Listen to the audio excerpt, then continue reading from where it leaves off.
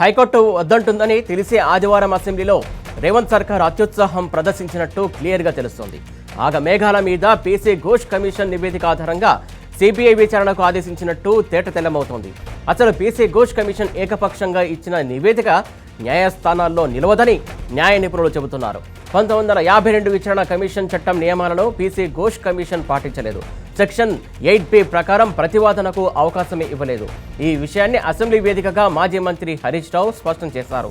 అవాస్తవాలు, తప్పుల తడకగా ఇచ్చినటువంటి ఘోష్ కమిషన్ ఒక ట్రాష్ అని కుండబద్దలు కొట్టారు.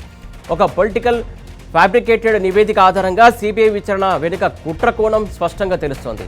బడేభాయ్ మోడీ కోసం గోదావరి కావేరీ జలాల అనుసంధానం, గురువు చంద్రబాబు కోసం బనకచెర్లకు గోదావరి జలాలు, ఈ రెండు ప్రయోజనాలను నెరవేర్చేందుకే అడ్డుగా ఉన్నది కాళేశ్వరం ప్రాజెక్టు.